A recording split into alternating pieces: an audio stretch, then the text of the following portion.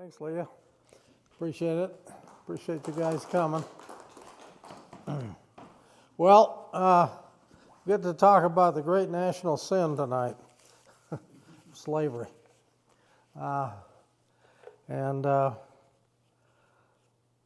amazing history. The first slaves, I guess, brought to this continent were by the Spanish about 1589, but first English slaves we're aware of was 1619, Roanoke in Virginia, by the British English colonists. And what started off as a small use of slaves for for crops, for around the homes and things like that, turned into a huge enterprise, both in the North and the South. And the northern states got rid of slavery earlier on. The slave trade was outlawed under the U.S. Constitution in 1808. We joined other countries like England that were starting to abolish slavery. But in the southern states, it continued to grow because of the invention of the cotton gin. I should have brought an Eli Whitney tonight, but the invention of the cotton gin and other things, tobacco and cotton particularly. By the time of 1860, before the Civil War, there were almost 4 million slaves in the South. And we all know that they presented a problem to our founding fathers and mothers. The Constitutional Convention, they couldn't decide how to count them for purposes of representation in Congress. And it was finally determined that they should be counted as 3/5 of a man, of a person, 3/5 of a person. The 3/5 compromise saved the Constitution from not being passed and the South walking out at the time, but it also laid the seeds for the Civil War in the next century, because people like Frederick Douglass and others that escaped down there. And he escaped from Maryland, which, was not a deep southern state, but he was treated pretty badly as a slave. And others from border states like Kentucky, we're going to talk about tonight a little bit, told their stories of the horrors of slavery. And some were worse than others. Some people were treated better as family members and so on. I think as you read George Washington and Martha Washington, we talked about them a few months ago, she inherited over 250 slaves, and he had about 70 himself. So they had over 300 in Mount Vernon. And his were all released in his will at the end of his life. She finally manumitted most of hers too, but they were probably treated better than some were, but we know there were horror stories all up and down the southern states, particularly in the deep South, where they were an economic factor, an important economic factor. And the South wasn't about to give up slavery because they wouldn't have the manpower, woman power, whatever, to bring in the huge crops of tobacco and cotton and so on. So slaves were treated in many cases like property. And that's very hard for us to understand today, although we're still fighting the aftermath of slavery. We call it discrimination and other things. But even after the terrible Civil War and Mr. Lincoln's Emancipation Proclamation and the 13th Amendment, which made it part of the Constitution that there would be no slavery or involuntary servitude in the United States anymore, it still took us a long time to get that right. In fact, the slaves in Galveston, Texas, as we know, didn't know about the 13th Amendment, Emancipation Proclamation, until June 19th of 1865, towards the end of the year. Lincoln had been assassinated on the 14th, died on the 15th of April. So this was a couple months later that the General Gordon wrote into Galveston and told them they were free. And so June 19th became Juneteenth, kind of a second holiday for some of the freed people in the South. It's become a national holiday now. So we're not through that. We've come through a period of Black Lives Matter. Of course, all lives matter, but we've come through periods of discrimination. All of us here are old enough to remember the Civil Rights Movement. I don't remember when Harry Truman, who we did one on a while back, desegregated the military in 1947, but that must have been a big event because he took a lot of heat from the southern states even in that period after the war. I remember my father and my father-in-law talking about fighting besides colored troops in World War II, and how they couldn't believe how they couldn't participate in many of the things that the other citizens fighting for our freedom could. And so that's been a gradual thing. And then it has deeply hit me growing up during the Civil Rights era because of several events, one of which happened in New York when I won a speech contest for my high school, and I was given the opportunity to go to Groton, Connecticut to speak in the Sons of the American Revolution oratorical contest in 1966. And that was a great honor for me and my family. They flew us all back to New York. Remember, we went on American Airlines to New York. And then they flew us to by Pilgrim Airlines, which our families kind of joked about ever since because it seemed like the Pilgrims ran it, up to Connecticut. And the old Griswold Hotel, I don't know if any of you knew about that, but there were 3 great wooden hotels in the United States, and that was the one in the east. My wife and I went back to it when we served a mission in 2017, 2018, and the Griswold had been torn down the year after I was there by one of the big drug companies wanted to add an extra hole to their golf course, so it got torn down. It was a beautiful big wooden hotel, but it was gone. Anyway, there's the Grand Hotel, if you remember, Somewhere in Time, which is up in Mackinac Island. That's one of them. And then the Coronado down in San Diego, off San Diego. Those were the 3 great wooden hotels. 2 of them are still around. Well, I mentioned a little of that because when we went to New York on our way to Connecticut, I had one night there where we stayed at the old Astor Hotel in New York City, which was being torn down, so they were evacuating it. We went to the Merv Griffin show, those of you that remember that, and saw that. But my folks let me go wander because I always wanted to collect and look at things. And I went to, I was walking through Times Square when a group of blacks who were, this was the height of the Civil Rights era, who were very vocal. One of them, I tried to walk past them, but one of them came over and picked me up. I was 17 at the time, picked me up by my shirt collar, basically, and says, "Are you for us or against us?" And I says, "Brother, I'm for you." Okay, and I got out of that situation. I was being honest with him because I felt like they had been subjugated in my reading of history, and that struck me, though, that there really was a problem still in the United States. And then, of course, with the assassination of Martin Luther King, which we remember, that was a big deal. And then a couple of years before that, in 1964, my family made a trip to Washington, D.C. In fact, we made a trip, it's the longest trip I ever went. My dad had bought a new Grand Prix Pontiac, and we spent 5 weeks driving around the United States. And we hit more places on that trip than anything else. They were still building freeway in Kansas. I remember we ran into Topeka between 2 funnel clouds, and one of them blew the roof off the Howard Johnson that we were on. We were staying in at the time. The reason I go into that history is we ended up in Washington, D.C. on the day of cloture on the Civil Rights Act. 1964.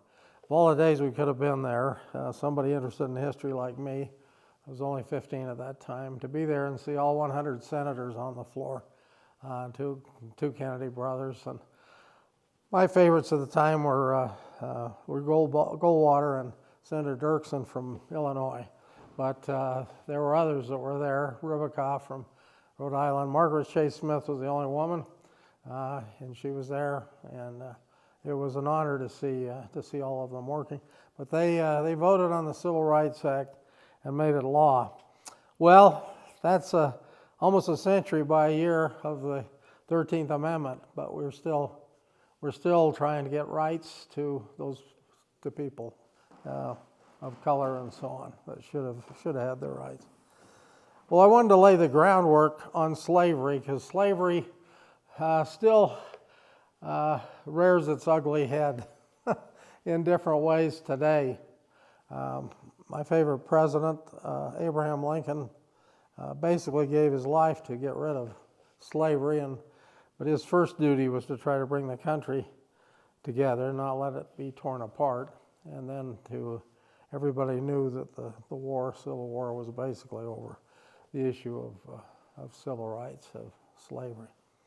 And yet, still a century later, when I was there at the Senate when they voted on cloture on the Civil Rights Act of '64, I was thinking, here we are 99 years later, still we got rid of slavery, but we're still working on discrimination and other related subjects.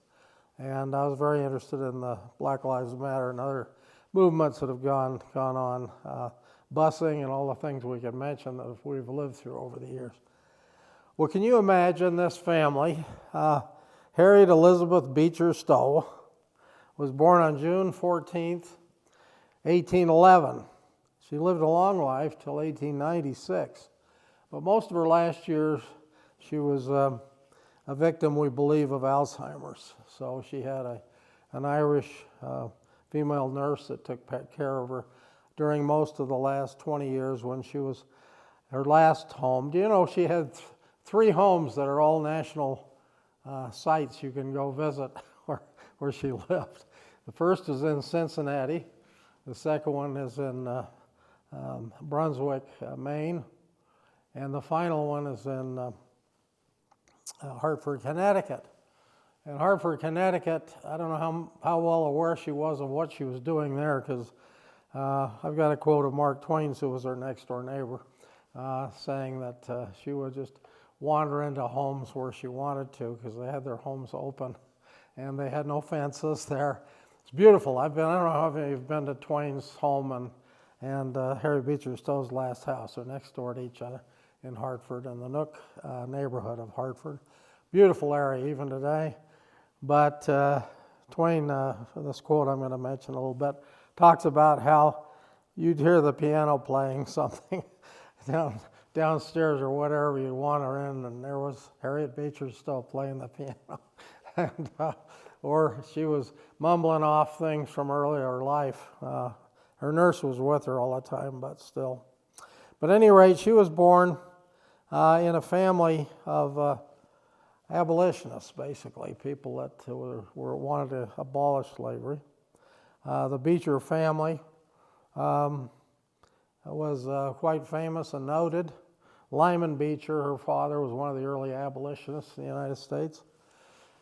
And he had 3 different wives. 2 previous had died, including her mother, who was the first wife that he married. She lost her mother at age 5, when she was 5. But she loved her dad, and she stuck with the family and was an important person there in their family during all those years, growing up years. She had, of the 13 children that he had on the 3 wives, only 11 of them reached adulthood. And 7 of them were sons. And Beecher told all of his sons and daughters to make something of themselves. And that was the big thing with Lyman Beecher, with his kids. Make something of yourself. Go out in the world and do something. It's important. And the one who started the slowest became the most famous. That was Harriet. And her brothers, she had 7 brothers, all of them were ministers. You know that? All 7 brothers were ministers like her father. And she had 2 sisters that both had started schools, organizations that were quite well known. In fact, she went to school at one of her big sister institution once, and she had an influence on her younger sister, Catherine Beecher. Anyway, she attended the Hartford Female Seminary in her younger years, which was run by her older sister, where she received a traditional academic education, which was unheard of for most young ladies at that time. It focused on classics, languages, mathematics. And among her classmates was a woman we probably haven't heard of, Fanny Fern, but she became a famous writer later on in that day and age. So a lot of our famous writers are kind of forgotten now. In 1832, though, at the age of 21, Harriet moved with her family, her father, to Cincinnati from Connecticut to join her father, who had become the president of Lane Theological Seminary. And he took that post, and it was an important post for him and for others. And while she was there, she joined the Semicolon Club. And that was a writing club, writing club. And among whose members were Carolyn Lee Hentz, who was quite famous at the time, and Salmon B. Chase, future governor of Ohio and United States Secretary of Treasury under Abraham Lincoln, and actually a man that ran for president against Lincoln. Lincoln always said, keep your friends close and your enemies closer, so he added Chase and Seward, who were his main contestants for president, into his cabinet. So he could keep an eye on them, and also because he felt like they were the best in the country to help do what he had to face at the time. It tells us a little about Lincoln. And Emily Blackwell was a famous writer. At any rate, Cincinnati's trade and shipping was really big at the time because the Ohio River ran right through Cincinnati. I don't know how many of you have been there. I flew there in winter once and couldn't believe there was another place as cold as Utah. It was cold. I got off the airline, and they had snow, and it was cold. And my son's in-laws are from Cincinnati, so they support all the teams there and everything. But beautiful area. But the Ohio River runs right through that area, divides Kentucky, clearly southern state, from Ohio. And within the next year, well, first of all, when she first got there, she was only 21, but she met a lot of runaway slaves, people that had made it across the river. Usually when there was ice floating in the river, sometimes they'd lose their lives trying to get across from Kentucky to Ohio, but many of them made it across. And you really couldn't take a boat with the ice flows that they had during parts of the winter, but you could, if you were really adept, and you wanted freedom bad enough, you could crawl your way across these big ice chunks that float along the Ohio River. So she made it over there, not during winter, but another time of year, and she got there just in time to see a slave auction. And she saw a mother torn away from her little baby child, crying, screaming, as they sold the mother off. So the father had been sold for $50, and I think the mother brought about half that. And the baby, I don't know what ended up with the baby, but it really had a strong effect on her to watch this family torn up. I brought this document. This is one of the worst documents I've ever collected, which is saying something because I got some bad ones. But this is a broadside, an actual broadside for the public sale of Negroes by Richard Claggett. And this is down in Charleston, South Carolina. This is the deep South. He says, on Tuesday, March 5th, 1833 at 1 p.m., the following slaves will be sold at Potter's Mark in Charleston, South Carolina. Miscellaneous lots of Negroes, mostly house servants, some field work. Conditions, 1/2 cash, balanced by bond, bearing interest from date of sale, payable in 1 to 2 years to be secured by a mortgage of the Negroes and appraised personal security. Auctioneer will pay for the papers. And then it goes on, it gets a lot worse. It says, we'll split up the families, we'll sell off the men from the women and the children. I can't believe this happened in our country, but it happened all the time. And this was the same year that she was in Kentucky and saw her first slave trade. There's a few documents. I brought some slavery documents here today. I didn't bring a lot, but there's enough. This is a receipt from an auctioneer getting paid for conducting an auction.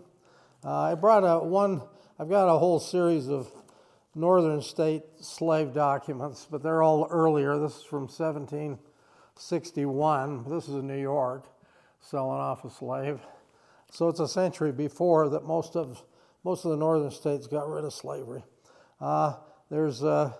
Because slaves were considered property, this is an entire legal contest between people on who owns, after the deceased owner died, who among the kids owns their slaves, okay?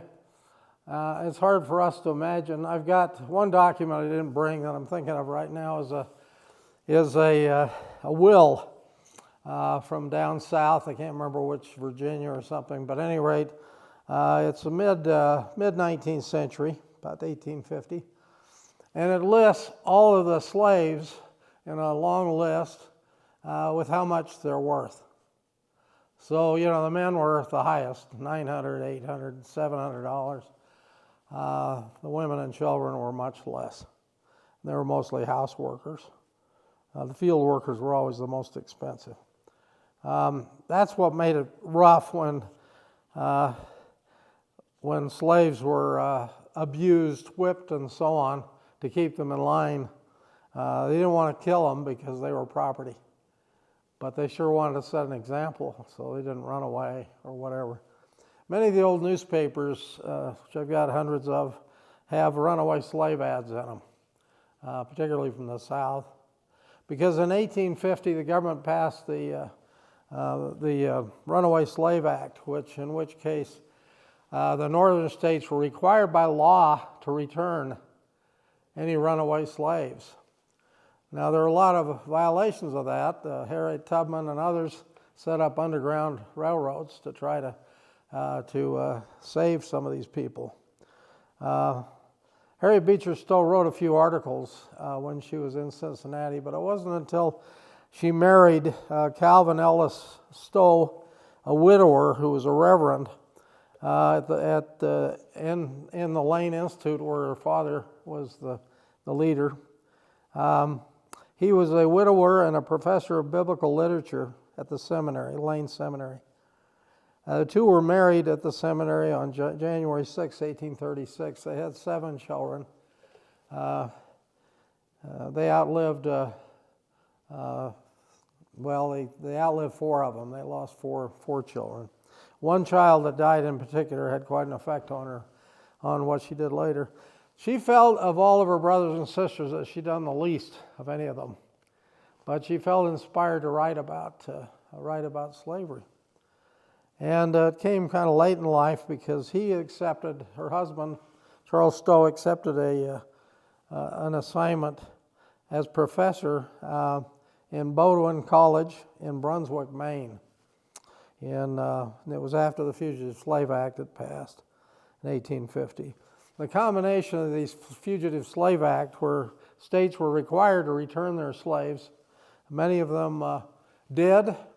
Many of them, some of them, I should say a lesser number of them, did not and violated the law, created underground railroad, as they called way houses in between to move them. And among those people that did that were the Stowes. And one young man actually wrote a letter about having stayed at the underground home of Harriet Beecher Stowe and her husband in Maine before they let him escape to Canada, where the law was different, across the border. Well, it was in church Brunswick's first parish church, in fact, where she's sitting. And there's a booth there. If any of you get to Brunswick, there's a booth there with a plaque, metal plaque on it, saying that this is where Harriet Beecher Stowe was sitting in church when she had a vision. And her vision was of a black man being beaten to death. And that was the beginning of Uncle Tom. And so she went home and started writing. Part of it was, it started earlier in her life when she was in Cincinnati, some of the stories she'd written there. But the novel, Uncle Tom's Cabin, was really, she said, as a result of this vision that she had in this church in Brunswick, in Maine. And what also likely allowed her to emphasize with slaves was the loss that year of her 18-month-old son, Samuel Charles Stowe. She noted, quote, "Having experienced losing someone so close to me, I can sympathize with all the poor, powerless slaves in the unjust situation they're in. You will always be in my heart, Samuel Charles Stowe." Well, having lost two sons, my wife and I can relate a little bit to. It's a terrible loss. For any parent, your children are supposed to bury you, not the other way around. On the other hand, we feel like we have a welcoming committee on the other side, so there is a positive to it. But then we have the gospel of Jesus Christ, which answers that. She started writing for a journal called the National Era out of Washington, D.C. She was living in Maine, but she started writing stories. And she wanted to write about the problem of slavery, and she wrote the editor, Mr. Bailey, quote, "I feel now that the time has come when even a woman or a child who can speak a word for freedom and humanity is bound to speak. I hope every woman who can write will not be silent." Well, it was her big sister, when she was talking with her, who said, the two sisters, the younger and older, had both started schools for females. And all 7 brothers were ministers, and she felt like she'd done nothing. and her big sister, Catherine, said, "Well, you can write much better than any of the rest of us, Harriet. Write something." And so with her sister and with the encouragement of the times, the Fugitive Slave Act in 1850, and the loss of this precious son, 18-month-old, she decided to start putting these articles she'd been writing in the magazine, the newspaper, into a book. And anyway, shortly after June of 1851, when she was 40 years old, the first installment of Uncle Tom's Cabin was published in serial form in that newspaper, the National Era in Washington, D.C. She originally used the subtitle, "The Man That Was a Thing," because she'd had this vision of this black man being beaten to death, which is what really got her going. And she changed that to "A Life Among the Lowly." The book came out in Boston on March 20th of 1852. John P. Jewett, who was a publisher, published it in the first edition. Came out in 2 volumes. It's a long book.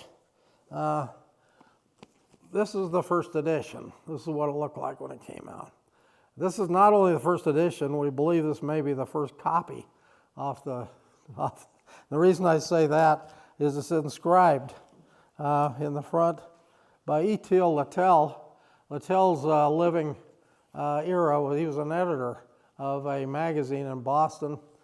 And the book was released on March 20th, and he dated his the 19th. So he got his a day early, probably because he was an editor. And that's something to have a first edition, because it blew through 10,000 copies the first day being sold. It was such a hot topic with her articles. By the time the book got this is what the title page looks like. Any rate, it became Life Among Uncle Tom's Cabin, or Life Among the Lowly. They changed changed the subtitle. Came out in 1852. And immediately took off. The articles she'd written weren't popular when she first started writing them, but they became extremely popular by the time the book came out, because slavery and abolitionism became a real hot issue, and it was mostly because of her articles and because of the work that she'd done.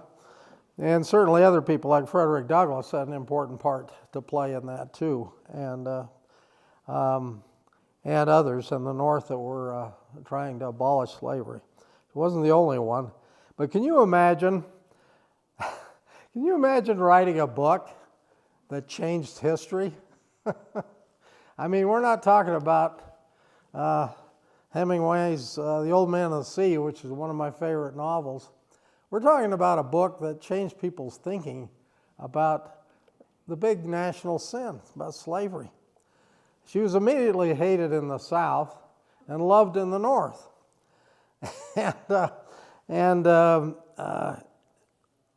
But the first year, the book, this 2-volume set, sold 300,000 copies in the United States, which we were a lot smaller country then. But that was nothing. Over in England, it sold 1.5 million copies the first year. And she was so popular that she went over to England, Scotland, Wales, and those areas in the British Isles the next year, in 1853. And the one little piece of writing I've got from her is in an 1853 copy of the book printed in Edinburgh, Scotland.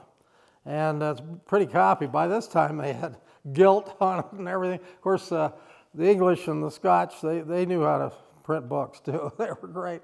But in the book, she's written, "He shall not fail nor be discouraged till he have set judgment in the earth."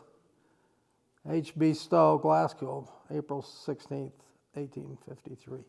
Till he has set judgment in the earth. This is 8 years before the Civil War. Kind of prophetic. You know, God's going to make a change in slavery. And that was done. Of course, it was done at the loss of 700,000 lives in a terrible Civil War. In 1862, she went with her son and daughter to the White House to try to encourage Mr. Lincoln to get about doing an Emancipation Proclamation or getting slavery abolished. Lincoln, I think, had always been aboard on doing that, but politically it didn't make any sense. And part of the problem was that the North was losing first part of the war.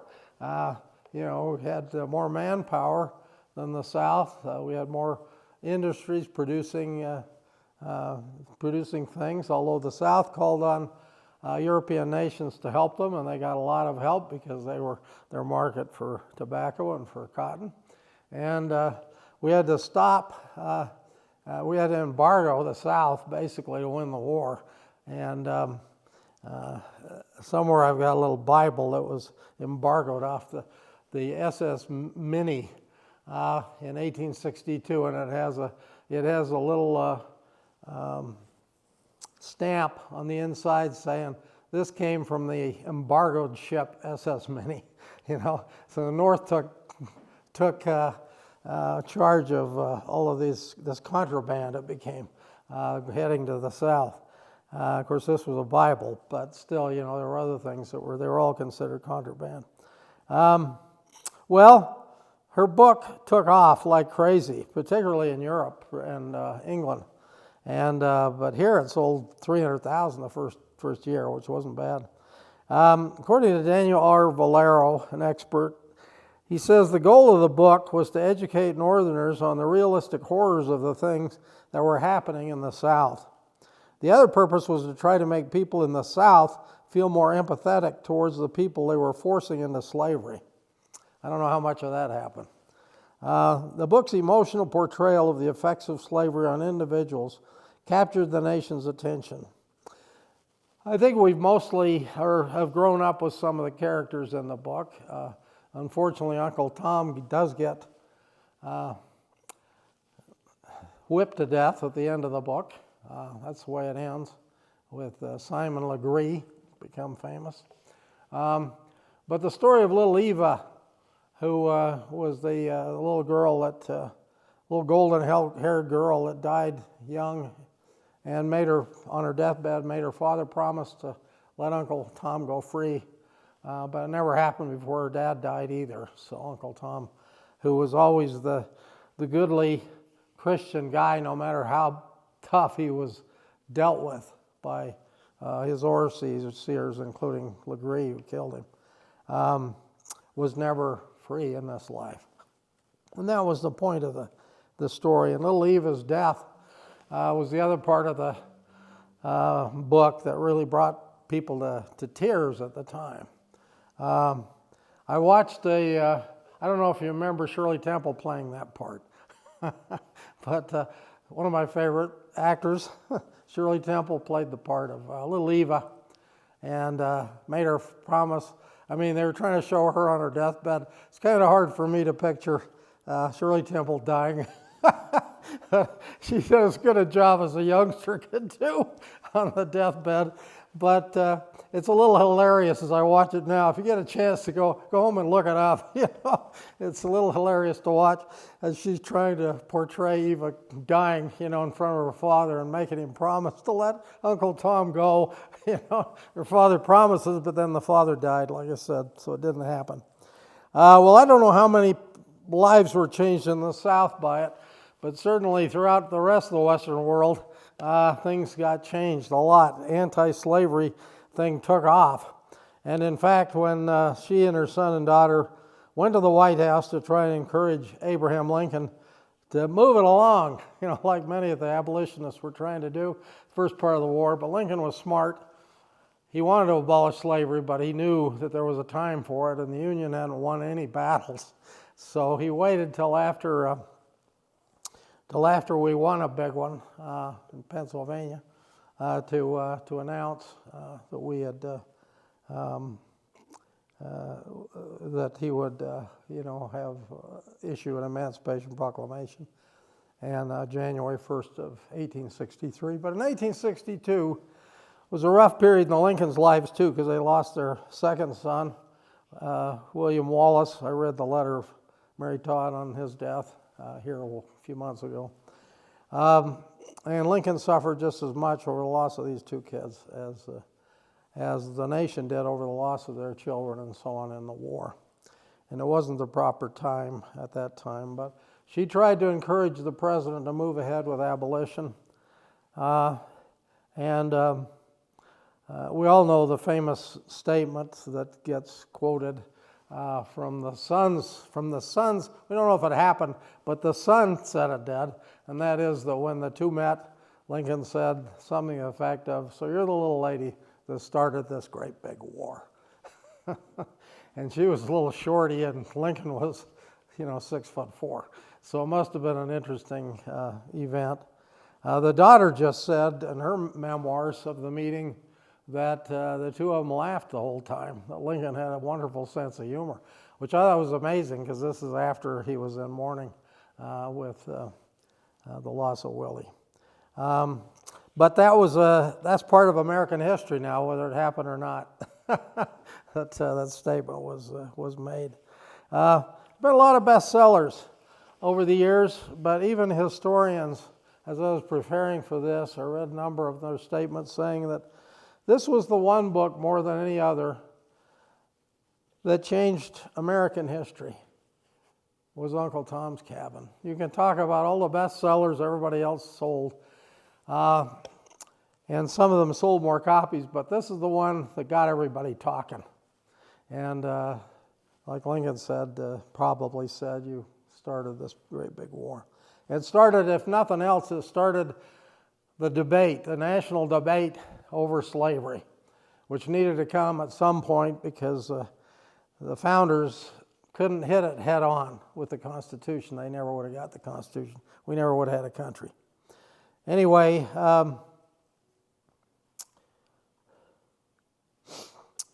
Stowe purchased property after the war in Jacksonville, Florida. I don't know if you knew that she lived down in the South.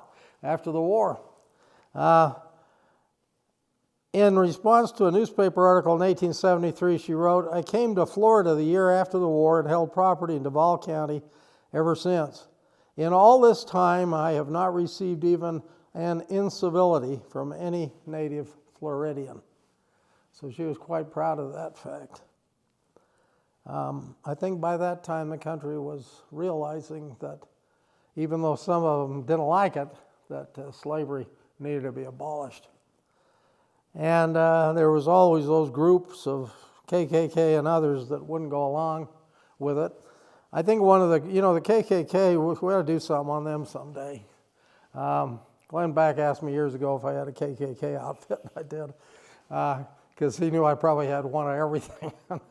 The one I've got, I mentioned, I'm not proud of owning it. I get stuff from all of our history, good, bad, and ugly. He also asked me for Nazi flags, and I gave him a few of those for one of his. We did 5 exhibits for Glenn down in Dallas, and one up at the Grand America in 2013. And anyway, he took the heat on that because the Tribune went after him for having Nazi stuff, and he didn't blame me for it, so I was grateful for that. But the KKK outfit I have is in I've got a couple of them, but the one that I think is amazing is in the KKK came 3 different times after the Civil War. Grant got rid of it. General Grant came in and he outlawed the KKK. He was a gutsy man. He was also the very first president of the United States to come to Utah and to support, our ability to live our religion out here. He got rid of the first KKK. It came up again years later, towards the end of the 19th century. And again, some of the horror stories you hear about it. And then in the early 20th century, 1920s, it was around again. And we had a weak president, Wilson, who wouldn't put it, who wouldn't do what Grant did. And frankly, I don't think much of Wilson. But anyway, he's not one of my favorites. These terrible things were happening, but at least when she moved to the South, she was treated kindly and well. She never had an civil thing said against her, she said. Stowe became, in 1868, one of the first editors of Hearth and Home magazine, one of several new publications appealing to women. She departed after being an editor for a year. Stowe campaigned for the expansion of married women's rights, arguing in 1869 that, quote, "The position of a married woman is in many respects precisely similar to that of the Negro slave. She can make no contract and hold no property. Whatever she inherits or earns becomes at that moment the property of her husband. Though he acquired a fortune through her, or though she earned a fortune through her talents, he is the sole master of it, and she cannot draw a penny. In the English common law, a married woman is nothing at all. She passes out of legal existence." Well, you get her point of view there, and a lot of truth, really, at that time. In the 1870s, Stowe's brother, Henry Ward Beecher, probably one of the most famous 19th century theologians, and the most famous of the 7 brothers, was accused of adultery and became the subject of a national scandal. But to his credit, we should say that when they were at the theological seminary in Cincinnati, it's been said that it was Henry Ward Beecher that sent a crate full of rifles to Kansas, marked in a box that said Bibles on it. So to his credit, he was trying to help with that. Bleeding Kansas, if you remember that. Any rate, in her later life, she returned to Connecticut. She was among the founders of the Hartford Art School, which later became part of the University of Hartford.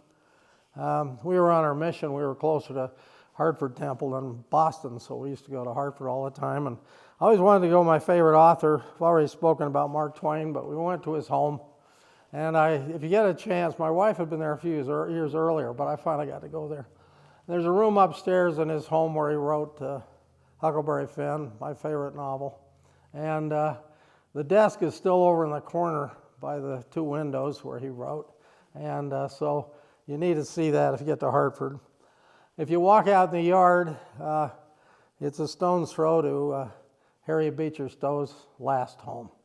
And like I say, 3 of her homes, Cincinnati, Brunswick, Maine, and Hartford, are National Historic Sites. I don't know there's too many people that had three of them on the National Historic Site. Mark Twain, a neighbor of Stowe's in Hartford, recalled her last years in the following passages from his autobiography, quote, "Her mind had decayed, and she was a pathetic figure. She wandered about all the day long in the care of a muscular Irish woman. Among the colonists of our neighborhood, the doors always stood open in pleasant weather. Mrs. Stowe entered them at her own free will, and as she was softly slippered and generally full of animal spirits," he says, "she was able to deal in surprises, and she liked to do it. She would slip up behind a person who was deep in dreams and musing and fetch a war whoop that would jump that person out of their clothes." And she had other moods. Sometimes we would hear gentle music in the drawing room and would find her there at the piano, singing ancient and melancholy songs with infinitely touching effect. It reminds me of my father-in-law before he died. He was a veteran of the second wave of D-Day in World War II, but he loved to come into our home unannounced and sneak up on my wife particularly and scare her to death. And it was just kind of fun. Well, she died in Hartford July 1st, 1896, 17 days after her 85th birthday, and is buried in Phillips Academy at Andover, Massachusetts, along with her husband, who had died younger, and their son, Henry Ellis. Well, she lived a remarkable life for a lady that came in late in her life. And her sister's suggestion and others, well, why don't you write? You can write a lot better than the rest of us. And who was the least known of her siblings, became the best known, not only of the siblings, but worldwide. And she had one of the greatest effects. She had one of the greatest effects upon our country of any individual, man or woman, in our history. And that's why I picked her tonight, because I thought she was really great. Anyway, she was a remarkable lady, and I brought copies of The Liberator, the famous anti-slavery newspaper, here today. And there's a couple other things up here you might want to look at. The Civil War soldier, I wanted just to represent the Civil War. This is a Utah painting by George M. Ottinger, who did it back during the Civil War here in Utah. So that gives us a little flavor of that. So we go from slaves being sold to people fighting to the death to end slavery. And the fight goes on. We're not done. I'm not a great fan of some of the things people do to try to get rid of discrimination, but I haven't had to live under it. And reading it, I think I have a little more understanding than, and I've gained a little understanding over my lifetime growing up in the era of the Civil Rights Act. I think most of us have. And I'm grateful for this opportunity to speak, and thank you for coming. I appreciate it.